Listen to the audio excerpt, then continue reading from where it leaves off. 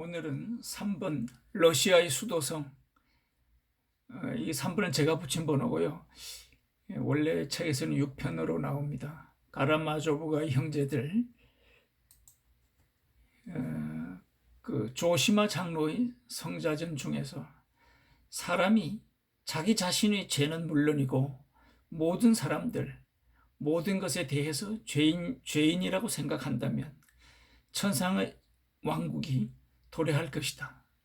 세상을 새롭게 개조하려면 사람들이 정신적으로 다른 길로 몸을 돌려야 한다. 사람들 각자가 정말로 형제가 되기 전에는 형제애도 도래하지 않을 것이다. 지금 만연해 있는 인간의 고립을 극복해야 한다.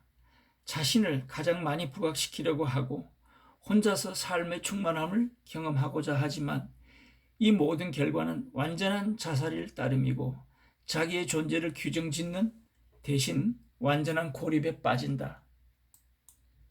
사람들이 개개의 단위들로 분리되었고 각자 자신의 동굴 속에 고립되어서 다른 사람에게서 멀어져 몸을 숨기고 자신이 갖고 있는 것도 또 숨기고 그러다 결국에는 자기도 사람들로부터 내쳐지고 또 자기 스스로도 사람들을 내치게 되는 것입니다.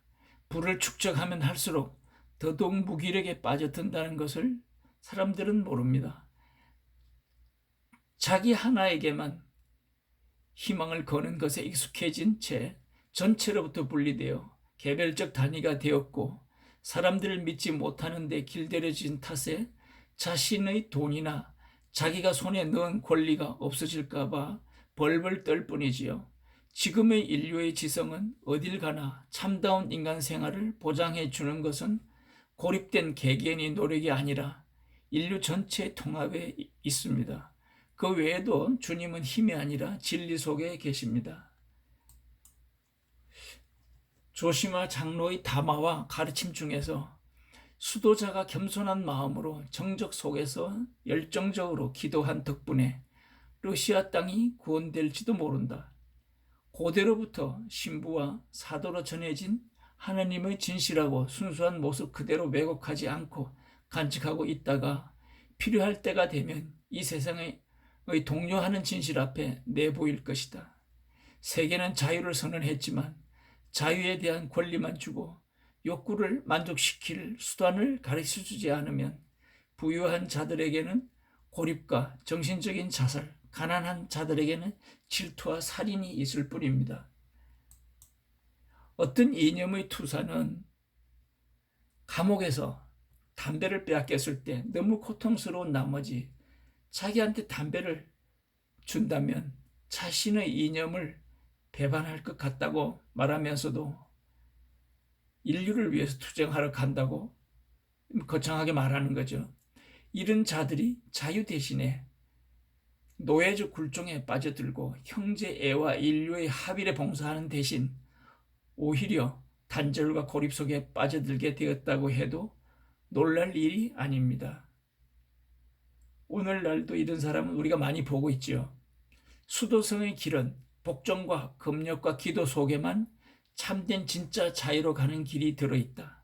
자신으로부터 불필요한 욕구들을 밀쳐내고 나의 자존심에서 비롯되는 오만한 의지를 복종으로서 다스리고 채찍질하여 이로써 하나님의 도움으로 정신의 자유에 그와 더불어 정신적인 명랑함에 다다르는 것입니다.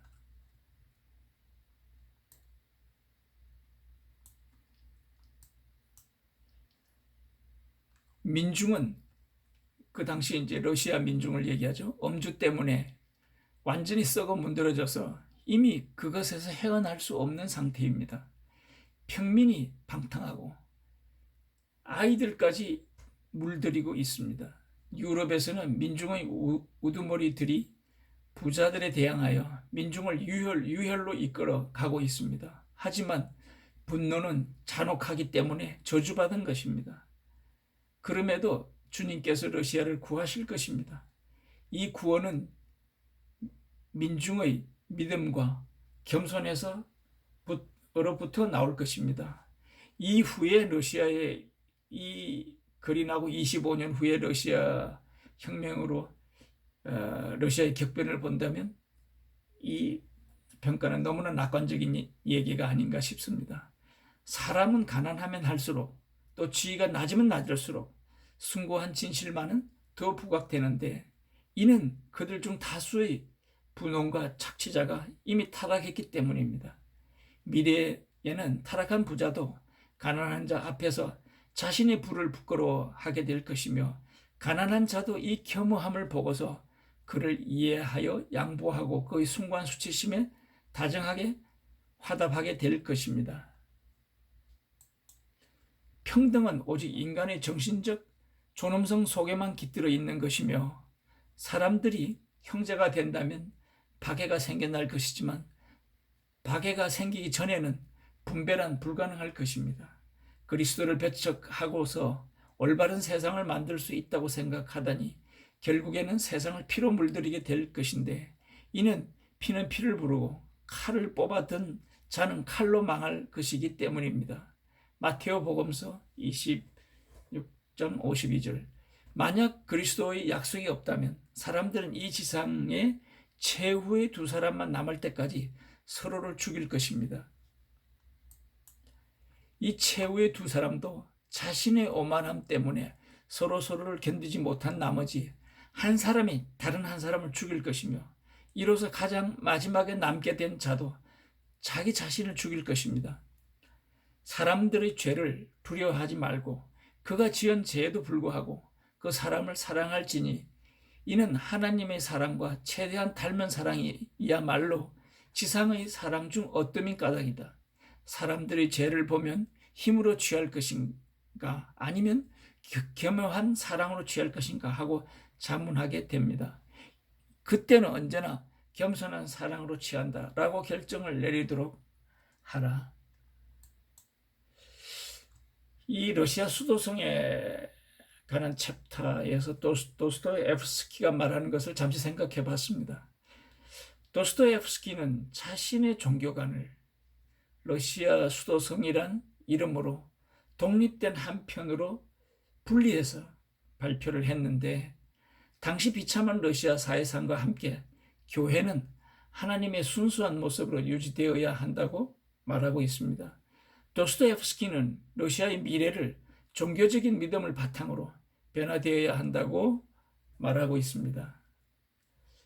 까라마조프 가의 형제들 이 소설을 탈고 후 25년이 지난 1905년도 짜르의 농민들의 무력 시위에 무력으로 진압하면서 1917년 사회주의 정부를 탄생시킨 러시아 혁명을 생각하면 도스토옙스키의 여망은 사회 변화에 대한 여망은 예상보다 빨리 큰 파열음을 일으키면서 러시아 전체가 변화의 소용돌이에 빠져들어갔다고 여겨집니다. 오늘은 여기까지 하겠습니다.